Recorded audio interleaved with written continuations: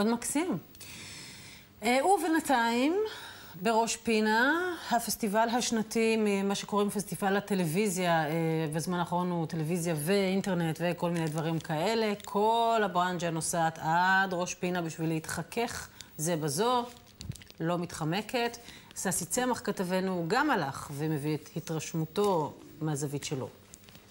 שנה שביעית שפסטיבל הטלוויזיה והקולנוע מופק במושבה ראש פינה.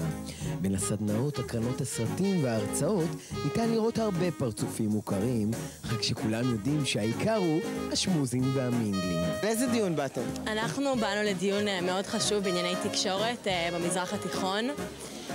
נושא מאוד חשוב, סתם לא. אני לא הייתי בהרצאה. לא, הייתי בדיון והוא הסתיים. אני חושב. הוא לא הסתיים. אבל השנה החלטתי לוותר על כל השמוזים והמינגלינג, וזה לא בגלל שאין פה יותר מדי ידוענים, אלא פשוט כי אני רוצה להיכנס לדיונים, קצת להסכים. טוב, אז כך נראה המשפט הציבורי על אופן תפקודה של התקשורת בשעת מלחמה.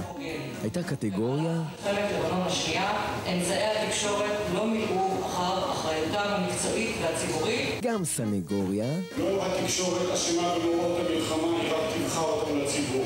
מואשמים מתגוננים. הטיעון שכיוונו את הטילים הוא הזוי לגמרי, כי זה לא נכון. דעות. אני חושב שתפקדה באופן מדהים, זה לא אומר שלי אפשר לעשות את זה יותר טוב. והכרעה שנעשתה בסטייל כוכב נולד, וגם אז לאנשי התקשורת היה מה להגיד. אבל יכול להיות שפסטיבל ראש פינה עשה מזה קצת כסף, כמו בכוכב נולד. אבל העיקר שיצאו זכאים. ואיך ההרגשה לצאת זכאים? בטוחה שנצא זכאים.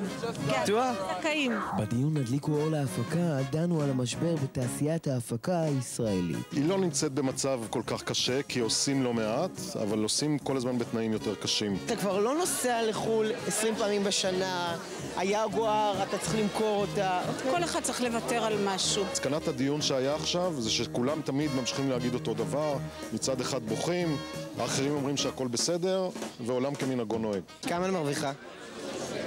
הרבה. ברוכים הבאים לדיון כאן שידורי הטלוויזיה מירושלים, והשאלה עומדת במרכז הדיון, האם השידור הציבורי ישרוד, כן או לא?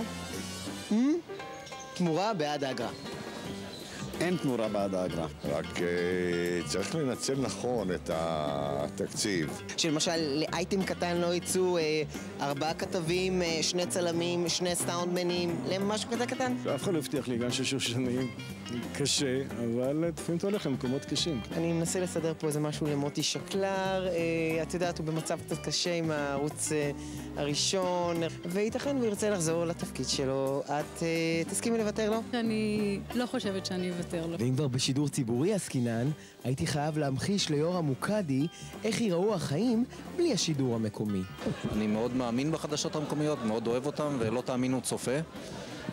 לא, אנחנו מאמינים. ראית, נעלם כבר הלוגו שלנו, אין כבר לוגו. זה גם כן אפשר כבר להחזיר.